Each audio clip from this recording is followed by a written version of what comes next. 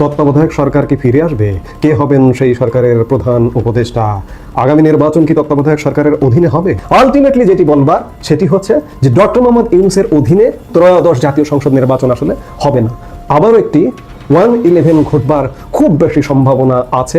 যে নির্বাচন হচ্ছে না 12ই ফেব্রুয়ারিতে, নির্বাচন স্থগিত হয়ে যাচ্ছে। দ্বিতীয়, সেটা হচ্ছে ইউনূস এখন দেশ ছেড়ে অন্য কোনো জায়গায় তিনি সেফ এক্সিট নেওয়ার চেষ্টা করছেন। নির্বাচন স্থগিত হওয়ার 2-3 মাসের মধ্যেই, মানে বড়জোর মে জুন, তার মধ্যেই বাংলাদেশে শেখ হাসিনা ফিরে যাবেন।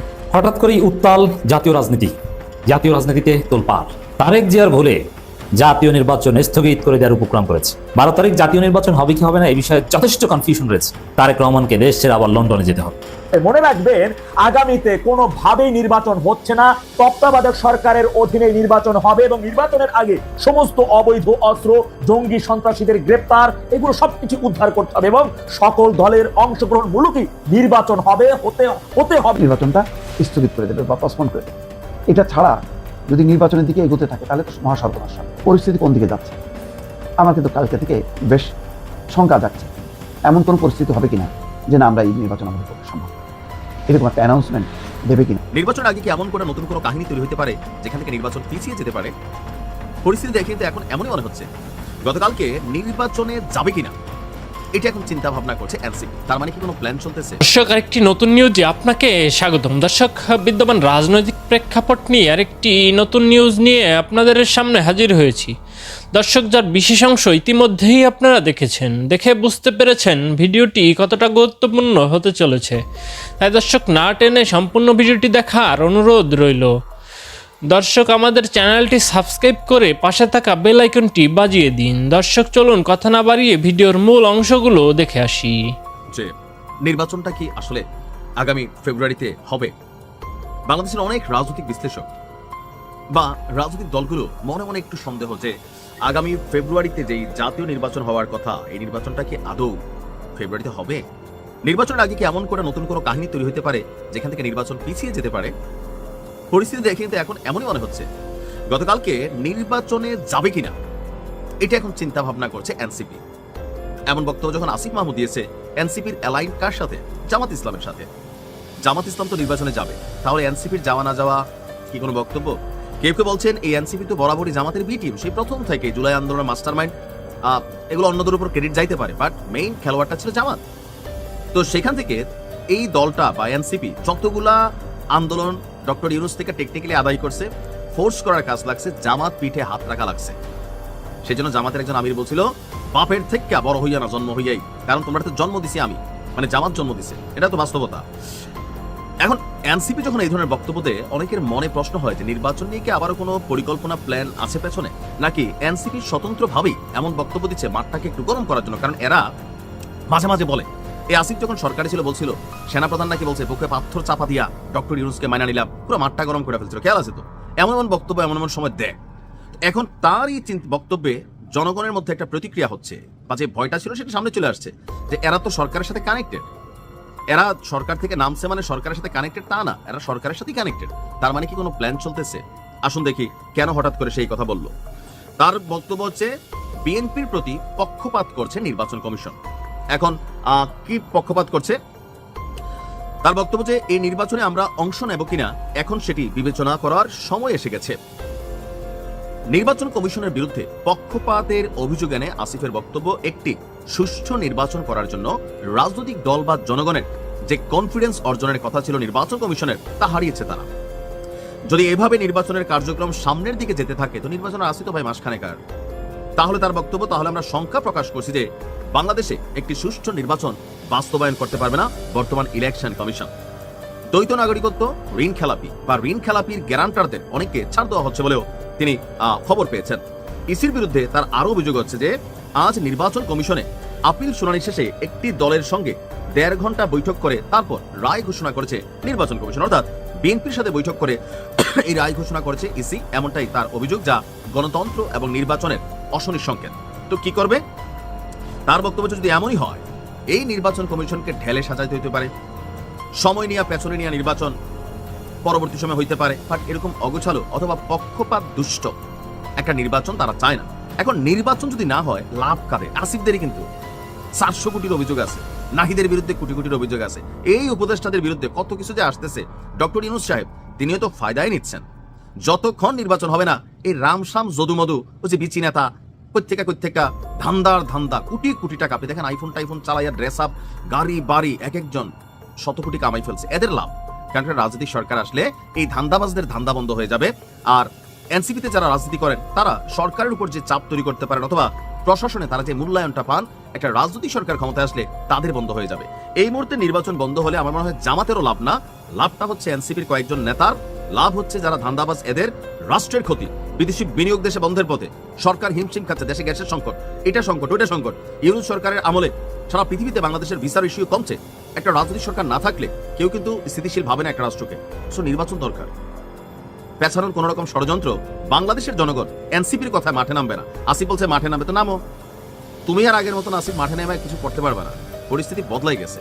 হ্যাঁ, এখন এটা যদি জামাতের তলে তলে অন্তরে অন্তরে চিন্তা হয় যে আমাদের ইচ্ছারে এনসিপি বলুক, তাহলে হয়তো ভিন্ন প্রেক্ষাপট হতে পারে, কিন্তু এনসিপির শক্তিতে নির্বাচনের কিছু হবে না। বাট একটা আলোচনার খোরাক তো হলো। আমি ফেব্রুয়ারিতে জাতীয় নির্বাচন প্রত্যাশা করি। তাহলে 12ই ফেব্রুয়ারির নির্বাচন হচ্ছে না, নির্বাচন হবে কয়েক মাস পরে। নির্বাচন স্থগিত হয়ে যাওয়ার 2 থেকে 3 মাসের মধ্যে প্রধানমন্ত্রী শেখ হাসিনা দেশে ফিরবেন। অবশ্য প্রধানমন্ত্রী হিসেবে সম্ভবত নন, আসতে পারেন কেয়ারটেকার সরকারের প্রধান হিসেবে, কিংবা কোনো সরকারেরই প্রধান নন, তিনি চলে আসতে পারেন। তখন একটা প্রশ্ন আসবে যে তার বিরুদ্ধে তো নানা রকম মামলা আছে, তার মৃত্যুদণ্ডের সাজা আছে, এই সময় কি তার আসাটা তার পক্ষে নিরাপদ কিনা, আমরা সেসব আলোচনায় যাব। তবে তার আগে বলি, তিনি আসার আগে মোহাম্মদ ইউনূস তার দায়িত্বে ইস্তফা দিয়ে চলে যাবেন। ইউনূস সরকারের বিষয়ে যে খবর দেখতে পাচ্ছেন বিভিন্ন সোশ্যাল মিডিয়া এবং মিডিয়াতে, আপনারা দেখবেন তাতে সবাই প্রায় বহু জায়গাতে 2-3টে বিষয় উঠে আসছে। একটা বিষয় হলো যে নির্বাচন হচ্ছে না 12ই ফেব্রুয়ারিতে, নির্বাচন স্থগিত হয়ে যাচ্ছে। দ্বিতীয়, সেটা হচ্ছে ইউনূস এখন দেশ ছেড়ে অন্য কোনো জায়গায় তিনি সেফ এক্সিট নেওয়ার চেষ্টা করছেন। এবং এই সমস্ত কথাগুলো যে হচ্ছে সেটা এমনি আগেই বলেছি, এগুলো ওই বাতাসে ভাসা কথা নয়। ভারতে যে আমেরিকার রাষ্ট্রদূত, যিনি আবার দক্ষিণ এশিয়া এবং মধ্য এশিয়ার দায়িত্বপ্রাপ্ত, তিনি আগে সেই পিটার লুট থেকেও এনার দায়িত্বটা বেশি। তো তিনি চাইছেন, তিনিও এই ব্যাপারে ভারতের সঙ্গে কথা মোটামুটি সমস্ত কিছু ঠিক হয়ে গেছে। এবং শুধু সেটাই নয়, শেখ হাসিনার সঙ্গেও শোনা যাচ্ছে আমেরিকার দূতের, ভারতে আমেরিকার দূত, এমনকি বেন ক্রিস্টেনসন যিনি ঢাকায় আছেন আমেরিকার দূত হয়ে, তাদের সাথে আওয়ামী লীগের কথা হয়েছে। আওয়ামী লীগের নির্বাচনে ফেরা এবং দলের ভবিষ্যৎ নেতৃত্ব নিয়ে বর্তমানে বাংলাদেশের রাজনৈতিক মহলেও একটা ব্যাপক আলোচনা শুরু হয়েছে। যে এই প্রশ্নটা উঠে এসছে, যদি শেখ হাসিনা আওয়ামী লীগ দলের ওপর থেকে অবস্থা যদি তুলে নেওয়া হয়, যদি তাদের ওপর থেকে স্বীকৃতি মানে নিষেধ যেটা রয়েছে সেগুলো যদি তুলে নেওয়া হয়, তাহলেও এই পরিস্থিতিতে আওয়ামী লীগ বাংলাদেশে ভোটে অংশগ্রহণ করবার মতো ক্ষমতা তার আছে কিনা, দলকে নেতৃত্ব দেবে কে। তাহলে নেতৃত্ব দেওয়ার প্রশ্নে একটা জিনিস বলতে আমি শুরু করেছিলাম, এই যে প্রতিবেদনের শুরুটা করেছিলাম যে শেখ হাসিনা দেশে ফিরছেন, এবং এটাও বলেছি সামনের নির্বাচন স্থগিত হওয়ার 2-3 মাসের মধ্যেই, মানে বড়জোর মে জুন, তার মধ্যেই বাংলাদেশে শেখ হাসিনা ফিরে যাবেন। কিন্তু তার আগেও ফিরতে পারেন। এই ফিরবেন তিনি কিভাবে ফিরবেন, এবং তিনি ফিরলেই তার উপরে যে মৃত্যুদণ্ড রয়েছে এই সবগুলো কী হবে। আমি অনেক রাজনৈতিক নেতা যারা আওয়ামী লীগের সঙ্গে যুক্ত এবং আমাদের সাউথ ব্লকে যারা এই রাজনীতির সঙ্গে যুক্ত রয়েছেন, তাদের অনেকেরই বক্তব্য হচ্ছে যে এই ব্যাপারে কোনো রকমভাবে, এই যে আমেরিকা খুব ভালোভাবেই জানে যে বাংলাদেশে এখন আইনের শাসন কিভাবে চলছে, আইনের শাসন বলে ওখানে কিছু নেই। সেখানে এখন শাসকের যে শাসন, শাসকের হুকুমে, শাসকের মতে চলে সেখানকার বিচার ব্যবস্থা। ফলে ইউনূসের পতন ঘটলে, ইউনূস যখন চলে যাবেন তার আগে কিংবা তার পরেও যে এখন রাষ্ট্রপতি একটি অর্ডিন্যান্স জারি করে তিনি শেখ হাসিনার মৃত্যুদণ্ড দেওয়া হয়েছে যে আন্তর্জাতিক অপরাধ ট্রাইব্যুনালে, তার যে তার যে বিচার, সেই বিচারটাকে তিনি নস্যাৎ করে দেবেন, নেগেটিভ নালিফাই করে দিয়ে দেবেন তিনি। তো এই যে ব্যাপারটা রয়েছে, এটা যে কোনো মুহূর্তে হতে পারে। সুতরাং সেই মুহূর্তে শেখ হাসিনার দেশে না ফেরার এবং ফিরলে তার যে না ফেরার কোনো কারণ নেই, এবং ফিরলে তাকে মৃত্যুদণ্ডের মুখোমুখি হতে হবে, এটারও কোনো কারণ নেই, কারণ আইনগতভাবেই এগুলো তুলে দেওয়া হবে। সুতরাং এখন তাহলে আর যদি একটা প্রশ্ন এখানে এসে যায় যে এর বিরুদ্ধে এখন মাঠ পর্যায়ে যদি নির্বাচনটা খুব বেশি না পেয়ে চায়, তাহলে মাঠ পর্যায়ে কিভাবে এই ব্যাপারগুলো কিভাবে নির্বাচনের মুখোমুখি হবে, তার জন্য আওয়ামী লীগ একটি দ্বিতীয় বিকল্প সেটাও তৈরি করে রেখে দিয়েছে। সেটা হচ্ছে এখানে কারো সম্ভাব্য নেতৃত্ব দিয়ে মাঠ পর্যায়ে আওয়ামী লীগের প্রচার অভিযান শুরু করে দেয়া, সেটাও শুরু হয়ে গেছে। আমি একটা কথা প্রসঙ্গে আপনাদের বলেছি এখানে যে আওয়ামী লীগের যখন এই সরকার চলে যাবে, অন্তর্বর্তী সরকার, তখন একটা কথা উঠবে যে সেখানে অন্তর্বর্তী সরকারের পরিবর্তে কী ধরনের সরকার সেখানে আসতে পারে। সেখানে আমি বলেছি কেয়ারটেকার সরকার। কথা চলছে এই কেয়ারটেকার সরকারের প্রধান হয়েও শেখ হাসিনা ফিরে যাবে দেশে। তার কারণ হলো আইন অনুযায়ী, সংবিধান অনুযায়ী এতদিন যে সরকার ছিল সেই সরকার অবৈধ, এবং এই সরকারের বিদায়ে বরং সংবিধানকে ফিরিয়ে আনার সম্ভাবনা তৈরি হচ্ছে, অর্থাৎ শেখ হাসিনাই প্রধানমন্ত্রী হিসেবে ফিরতে পারেন। কিন্তু এখানে একটা বিরোধিতাও চলছে যে দেশের মানুষের কাছে একটা যে গত 2024-এর যে জুলাই অভ্যুত্থান, সেই অভ্যুত্থানের কথা মাথায় রেখে একটা মধ্যবর্তী পথ বার করার চেষ্টা হচ্ছে।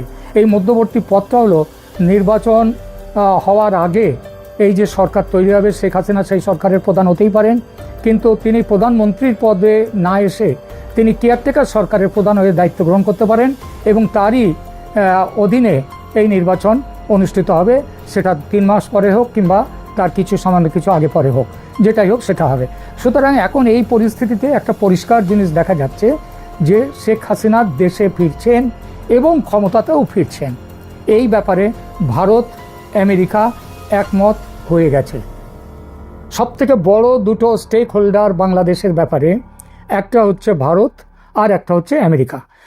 যাতে আমেরিকার স্বার্থ এতদিন ধরে যেটা যে পদ দিয়ে ইউনুসকে দিয়ে যেসব কাজকর্মগুলো করে নেওয়া হয়েছে সেইগুলোর ব্যাপারেও সদিচ্ছা, সেইগুলো ভালোভাবে এবং কী বলবো সহৃদয়ভাবে সেগুলোরও আলোচনা করে সেই ব্যাপারে সিদ্ধান্ত নেবে পরবর্তী সরকার। এমন একটা বোঝাপড়ার ভিত্তিতে কিন্তু শেখ হাসিনা দেশে ফিরবেন। এই পর্যন্ত এইভাবেই ঠিক হয়েছে।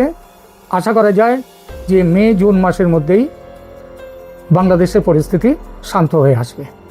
শেখ হাসিনা তার নেতাকর্মীদের সঙ্গে এখন যে সব বক্তব্য রাখছেন সেখানে সরাসরি বলছেন যে তারা যেন ভোটারদেরকে এই অনুরোধ আহ্বান জানান যে যাতে যারা নৌকা মার্কা ভোটার তারা ভোট কেন্দ্রে না যায়। এবং শেখ হাসিনা পরিষ্কার করে এটাও বলছেন, যে কথাটা তিনি কিন্তু আন্তর্জাতিক সংবাদ মাধ্যমেও বলেছেন, যে আওয়ামী লীগের ভোটাররা যদি ভোট কেন্দ্রে না যায়, 50% বেশি ভোটার যদি ভোট কেন্দ্রে না যায়, তারা যদি এই নির্বাচনকে একটা বৈধতা না দেয়, তাহলে যে সরকারটা ক্ষমতায় আসবে তারা দেখতে চান, আওয়ামী লীগ দেখতে চায়, শেখ হাসিনা দেখতে চান সেই সরকারটা কদিন টিকতে পারে, কতটা স্থিতিশীলতা পায়। যে আওয়ামী লীগ যখন নাই, নৌকা মার্কা যখন ব্যালটে নাই, তখন যে ধরনের গণ বয়কটের শিকার হবে আগামী নির্বাচন, সেই নির্বাচনে কিছুতেই একটি গ্রহণযোগ্য সরকার গঠিত হতে পারবে না। এই ম্যাস বয়কট বা গণ বয়কট সৃষ্টি হবে আওয়ামী লীগের ভোটারদেরকে বাইরে রাখার মাধ্যমে।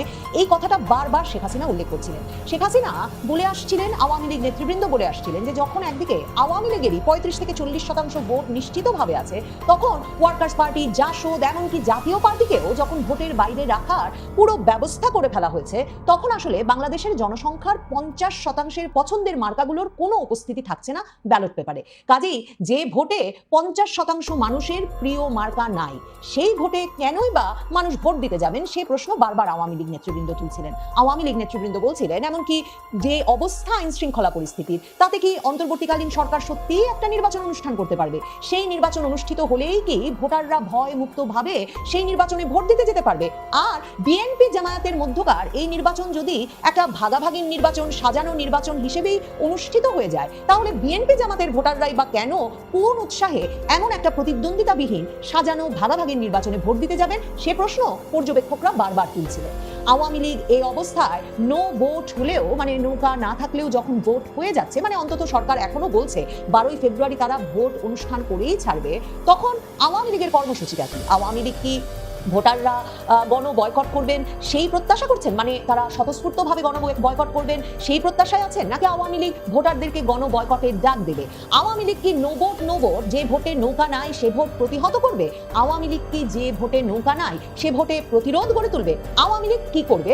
এই নিয়ে যখন একটা কৌতূহল তীব্র হয়ে উঠছিল, এমনকি আওয়ামী লীগের ভোটার সমর্থকদের মধ্যে, যে আওয়ামী লীগের নির্দেশনাটা কি। কারণ আওয়ামী লীগ সভানেত্রী শেখ হাসিনা বলেছেন এবং আন্তর্জাতিক সংবাদ মাধ্যমেও কয়েক দফায় তিনি এই কথাটা উল্লেখ করেছেন যে এই যে ইউনূস সরকার কিংবা বিএনপি জামাত কিংবা ছাত্রদের নতুন দল তারা যে একেবারে ঐকমত্যে পৌঁছেছে যে কিছুতেই আওয়ামী লীগকে নির্বাচন করতে দেওয়া হবে না, তার একমাত্র কারণ হচ্ছে তারা জানে আওয়ামী লীগ যদি 2024-এর 5ই আগস্টে আওয়ামী লীগ সরকারের পতন ঘটানোর পরেও এখনো যদি নির্বাচনে অংশ নেওয়ার তাদের অনুমতি থাকতো, তাদেরকে যদি নির্বাচনে অংশগ্রহণ করতে দিত এই অন্তর্বর্তীকালীন সরকার এবং তাদের পক্ষের এই রাজনৈতিক দলগুলো, তাহলে শেষ পর্যন্ত আওয়ামী লীগই আবারও নির্বাচনে জয়ী হয়ে আসতো এবং আওয়ামী লীগের নির্বাচনে জয় ঠেকাতেই ইউনূস সরকার, বিএনপি জামাত এনসিপি এরা সকলে মিলে আওয়ামী লীগকে যে কোনো উপায়ে নির্বাচনের বাইরে রাখছে। শেখ হাসিনা সে কথাটা আবারও খুব স্পষ্ট করে তার নেতাকর্মীদের ফোরামে নেতাকর্মীদের উদ্দেশ্যে বলছেন। কিন্তু আজকে যে নির্বাচন, কেন আওয়ামী লীগকে নিষিদ্ধ করা হলো? আওয়ামী লীগ কেন ইলেকশন করতে পারবে না? কেন আমাদের নৌকা থাকবে না? তার কারণটা খুব স্পষ্ট। তারা জানে যতই আমার বিরুদ্ধে বদনাম দিক, যতই আমাকে মৃত্যুদণ্ড দিক, আওয়ামী লীগ যদি ইলেকশনে অংশগ্রহণ করে জনগণ আওয়ামী লীগকেই ভোট দেবে। তার কারণ তারা আওয়ামী লীগকেই চায়, কারণ আওয়ামী লীগ সন্ত্রাস দমন করে মানুষের জীবনের নিরাপত্তা নিশ্চিত করেছে। আওয়ামী লীগ জনগণের আর্থসামাজিক উন্নতি করে তাদের মাথাপিছু আয় বৃদ্ধি করেছে, তারা খেয়ে পরে সুখে ছিল, শান্তিতে ছিল। শেখ হাসিনা পুত্র সজীব ওয়াজেদ জয় একটা স্পষ্ট স্ট্যাটাস দিয়েছেন রোববারে। সেই স্ট্যাটাসে তিনি সরাসরি পরিষ্কার করে বলেছেন যে এটা কোনো ভোট নয়, এটা একটা ফাঁদ। বাংলাদেশকে রক্ষা করতে এই পাতানো নির্বাচনে অংশ নেবে না বাংলাদেশ। বাংলাদেশে আসন্ন নির্বাচন কোনো স্বচ্ছ গণতান্ত্রিক প্রক্রিয়া নয়, এটা অবৈধ জামাতি ইউনূস সরকারের সাজানো নাটক। আরেকটা নাটকের মাধ্যমে পাতানো নির্বাচনকে বৈধতা দেওয়ার চেষ্টা চলছে। ঠিক যেমন ভাবে জুলাই আগস্টে সাধারণ শিক্ষার্থীদের সামনে রেখে উগ্র মৌলবাদী শক্তি ক্ষমতা দখল করেছিল, আজও একই কৌশল প্রয়োগ করা হচ্ছে। আওয়ামী লীগ স্পষ্টত মনে করছে যে যেই উগ্র মৌলবাদী শক্তি 2024 সালের 5ই আগস্ট শেখ হাসিনা সরকারের পতন ঘটানোর মাধ্যমে বাংলাদেশের ক্ষমতার নিয়ন্ত্রণে চলে এসেছে, সেই গোষ্ঠীটিকেই জয়লাভ করাতে এই নির্বাচন সাজিয়ে গুছিয়ে অনুষ্ঠান করে দিচ্ছে অবৈধ ইউনূস সরকার। সজীব ওয়াজেদ জয় বিশেষণ ব্যবহার করেছেন অবৈধ জামাতি ইউনূস সরকার। সজীব ওয়াজেদ জয় বলছেন এই সরকার নির্বাচনকে গণতন্ত্রের উৎসব বানাতে চায় না, তারা নির্বাচনকে ব্যবহার করতে চায় মৌলবাদ প্রতিষ্ঠার হাতিয়ার হিসেবে। ভোটের বাক্স নয়, পরিকল্পিত স্ক্রিপ্টই এখানে মূল বিষয়, জনগণের মতামত নয়, ইউনূসের সেট করা প্ল্যানই এখানে শেষ কথা। তার মানে আওয়ামী লীগ কি মনে করছে যে এই নির্বাচনের মাধ্যমে আসলে বিএনপিও নয়, সত্যিকার অর্থে ক্ষমতায় আসতে যাচ্ছে জামায়াতে ইসলামী এবং তরুণদের সংগঠন এনসিপির জোট? তারা বারবার এই যে উল্লেখ করছে যে মৌলবাদ প্রতিষ্ঠার হাতিয়ার হিসেবে এই ভোটকে ব্যবহার করছে ইউনূস সরকার, তারা কার দিকে ইঙ্গিত করছে? নাকি তারা বিএনপি জামায়াত একটা জোট সরকার গঠিত হলেও সেই সরকারকেও আসলে মৌলবাদ প্রতিষ্ঠার হাতিয়ার হিসেবেই মনে করছে? সজীব ওয়াজেদ জয় আরো বলছেন যে বাংলাদেশের সাধারণ মানুষের সামনে কঠিন কিন্তু স্পষ্ট একটা সিদ্ধান্ত, তারা কি এই সাজানো নির্বাচনের অংশ নিয়ে মৌলবাদকে বৈধতা দেবে, নাকি এই প্রহসন থেকে দূরে থেকে নিজেদের ভবিষ্যৎ রক্ষা করবে? এই প্রশ্নের উত্তর শুধু ভোট কেন্দ্রে নয়, বিবেকের ভেতরেই রয়েছে। যে নির্বাচনে স্বাধীনতার নেতৃত্ব দানকারী দল বাংলাদেশ আওয়ামী লীগকে পরিকল্পিতভাবে বাইরে রাখা হয়, সেই নির্বাচন কখনো জনগণের হতে পারে না। সেটি হয় শুধু ক্ষমতা দখলের কৌশল, রাষ্ট্র দখলের ষড়যন্ত্র। অবৈধ জামায়াতি ইউনূস ক্ষমতায় আসার পর থেকেই একটা গুছানো দেশকে ধ্বংসের দিকে ঠেলে দিয়েছে। মৌলবাদ ও জঙ্গিবাদের জন্য জায়গা তৈরি করাই এখন তাদের মূল লক্ষ্য। তার মানে আওয়ামী লীগ প্রকৃতার্থেই ভাবছে যে দেশটা দখল হয়ে গেছে এবং এই দেশ দখলের ষড়যন্ত্র থেকে দেশকে রক্ষা করার দায়িত্ব, কর্তব্য এবং সুযোগ আছে এই ভোট কেন্দ্রে না যাওয়ার মাধ্যমে বাংলাদেশের জনগণের। কারণ সজীব ওয়াজেদ জয় তার স্ট্যাটাসে এটাও লিখছেন যে দেশের প্রতিটি বাবা মায়ের দায়িত্ব তাদের সন্তানের জন্য একটা নিরাপদ উন্নয়নশীল বাংলাদেশ নিশ্চিত করা। সেই দায়িত্ব পালন করতে হলে মৌলবাদকে না বলতে হবে, জঙ্গিবাদকে না বলতে হবে, আর এই পাতানো নির্বাচনকেও না বলতে হবে। শেখ হাসিনা তার নেতাকর্মীদের সঙ্গে এখন যে সব বক্তব্য রাখছেন সেখানে সরাসরি বলছেন যে তারা যেন ভোটারদেরকে এই অনুরোধ আহ্বান জানান যে যাতে যারা নৌকা মার্কা ভোটার তারা ভোট কেন্দ্রে না যায়। এবং শেখ হাসিনা পরিষ্কার করে এটাও বলছেন, যে কথাটা তিনি কিন্তু আন্তর্জাতিক সংবাদ মাধ্যমেও বলেছেন, যে আওয়ামী লীগের ভোটাররা যদি ভোট কেন্দ্রে না যায়, 50% বেশি ভোটার যদি ভোট কেন্দ্রে না যায়, তারা যদি এই নির্বাচনকে একটা বৈধতা না দেয়, তাহলে যে সরকারটা ক্ষমতায় আসবে তারা দেখতে চান, আওয়ামী লীগ দেখতে চায়, শেখ হাসিনা দেখতে চান সেই সরকারটা কদিন টিকতে পারে, কতটা স্থিতিশীলতা পায়। শেখ হাসিনা কি বলছেন শুনে আসি। আমাদের কষ্ট হচ্ছে আমাদের নেতাকর্মীদের, কারো ঘর নাই, বাড়ি নাই, বাড়িতে থাকতে পারে না, পরিবারের সাথে দেখা করতে পারে না, চিকিৎসা নিতে পারে না, তার উপর তাদের অত্যাচার নির্যাতন যেভাবে গায়ে হাত তুলছে, কারা কারা করছে সমস্ত নাম তালিকা করে রাখতে হবে। আর আমার বিরুদ্ধে তো একটা তো হচ্ছে প্রায় 400-এর উপরে মামলা, আমি হত্যা করেছি, তার উপর আবার মৃত্যুদণ্ড দিয়েই দিয়েছে। এখন আর ভয় কিসের? ওই শাস্তি তো পেয়ে গেছে। এবং ওই নির্বাচনে সবাইকে বলে দিতে হবে জনগণকে যে আপনাদের ভোট কেন্দ্রে যাওয়ার দরকার নেই, ভোট তোলা নিজেরা ঘোষণা দিয়ে নেবে, তারপর তাদের নির্বাচনে কি হয় সেটা আমরা দেখবো। এরপরে সরকার গঠন কারা করে আর কিভাবে চলে সেটা আমরা দেখবো। জনগণকে ব্যাপারে শক্ত থাকতে হবে। সজীব ওয়াজেদ জয় মানে ভোট নয় ফাঁদ, বাংলাদেশের প্রতিটি নাগরিকের দায়িত্ব এই ভোটকে অংশ নিয়ে এই ভোটকে কোনো বৈধতা না দেওয়া যাওয়া প্রতিটি বাবা মায়ের এবং জনগণের দায়িত্ব সন্তানের জন্য নিরাপদ বাংলাদেশ করতে মৌলবাদ এবং জঙ্গিবাদকে না বলা, ভোট দিতে না যাওয়ার মাধ্যমে এসব কথা বলে তার ফেসবুক স্ট্যাটাস শেষ করেছেন আবার এটা বলে যে এটা ভোট বর্জনের ডাক নয়, এটা রাষ্ট্র বাঁচানোর ঘোষণা, এটা কোনো দলের স্বার্থ নয়, এটা বাংলাদেশের ভবিষ্যৎ। সুতরাং এই অবৈধ পাতানো নির্বাচন বর্জন করুন, নো ভোট নো ভোট। এ ধরনের পোস্টার, আর্টওয়ার্ক সামাজিক যোগাযোগ মাধ্যমে ছড়িয়ে পড়েছে যে নৌকা যখন থাকছে না ভোট কেন্দ্রে যাব না, নৌকা নাই তো ভোট নাই। এই কথাটা যখন একদিকে সামাজিক যোগাযোগ মাধ্যমে এবং নিজেদের নেতা কর্মী সমর্থকদের মধ্যে আওয়ামী লীগ ব্যাপক প্রচারণা চালাচ্ছে, ঠিক তেমনি ভাবে আওয়ামী লীগ যে সংবাদ সম্মেলন করলো সবে দিল্লিতে, সেখানে তারা পরিষ্কারভাবে এই কথাটা বলেছে। যেমন আমি দেখছি দ্য হিন্দু, ভারতের শীর্ষস্থানীয় দৈনিক, সেই সংবাদ সম্মেলন থেকে এই শিরোনাম করেছে যে excluding Awami League from upcoming election will not bring stability to Bangladesh, says party leader in Delhi। মানে সেই অবস্থানটা, আওয়ামী লীগকে বাদ দিয়ে নির্বাচন করলে সেই নির্বাচন কিছুতেই স্থিতিশীলতা আনবে না। আমি দেখছি আওয়ামী লীগের সেই সংবাদ সম্মেলন নিয়ে হিন্দুস্তান টাইমস যে শিরোনাম করেছে, সেখানে তারা বলছে Awami League says Bangladesh interim government incapable of holding fair elections. কারণ তারা বলছে যে এই অবৈধ সরকার একটা সাজানো নির্বাচন করতে চাচ্ছে এবং শেখ হাসিনার আওয়ামী লীগকে সেই নির্বাচনে অংশগ্রহণ করতে না দেওয়ার মাধ্যমে তারা এমন একটা নির্বাচন অনুষ্ঠান করছে যে সেই নির্বাচনকে কোথাও কেউ ফেয়ার বা একটা নিরপেক্ষ ভালো নির্বাচন হিসেবে অভিহিত করার সুযোগ পাবে না।